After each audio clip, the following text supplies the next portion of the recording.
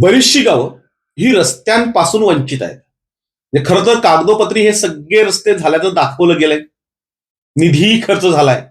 प्रत्यक्षात वर्षानुवर्ष ते रस्ते तसेच आहेत आणि त्या परिसरातील लोक त्याच रस्त्यावरनं नेहमी प्रवास करतायत. म्हणजे गेली अनेक वर्ष आम्ही बघतोय की ते रस्ते आहेत तसेच आहेत. याच्यामागची कारण तपासल्यानंतर लक्षात येतंय की लोक या रस्त्यांच्या भ्रष्टाचाराविरुद्ध आवाज उठवायला तयार नाहीत. आणि दुसरी गोष्ट, ते अशा लोकांना निवडून देतात तर ती लोक फक्त भ्रष्टाचार करण्यासाठीच निवडून येतात, पैसे कमवण्यासाठीच निवडून येतात. आता मतदानाच्या वेळेस काय होतंय, म्हणजे मतदानाच्या वेळेस लोकांना खरोखर विकास हवा असतो का? तर अजिबात नाही. ते प्रत्येकाला पैसा हवा असतो. म्हणजे आम्ही ज्याला निवडून देतोय त्याच्याकडून आम्ही पैसे घेतोय आणि पैसे घेऊन झाल्यानंतर निवडून आलेला माणूस जो असतो तो त्यांनी खर्च केलेला पैसा दामदुपटीने वसूल करतोय. म्हणजे त्यालाही विकासापासून काही फारसा फरक पडलेला नसतो. म्हणजे विकास झाला काय नाही झाला काय, आणि ते स्पष्ट सांगतात आम्ही तुम्हाला एवढे पैसे दिलेले आहेत आणि तेवढे पैसे वसूल करण्यासाठी ते लोक आपलीच गावं लुटतायत.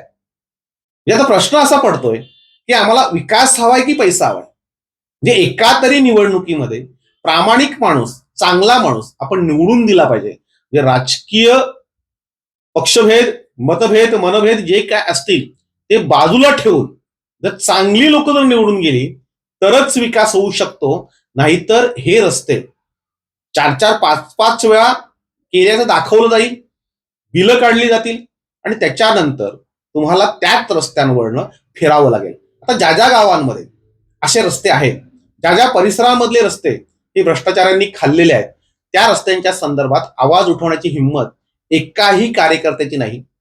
एकाही राजकीय पक्षाने त्या संदर्भात आंदोलन केल्याचं आठवत नाही किंवा कोणी मागणी केल्याचंही दिसत नाही. त्याचं कारण असं असतं की निवडणुकीच्या काळामध्ये याच लोकांनी त्यांच्याकडून पैसे खाल्लेले असतात आणि म्हणून ते जाब विचारू शकत नाही.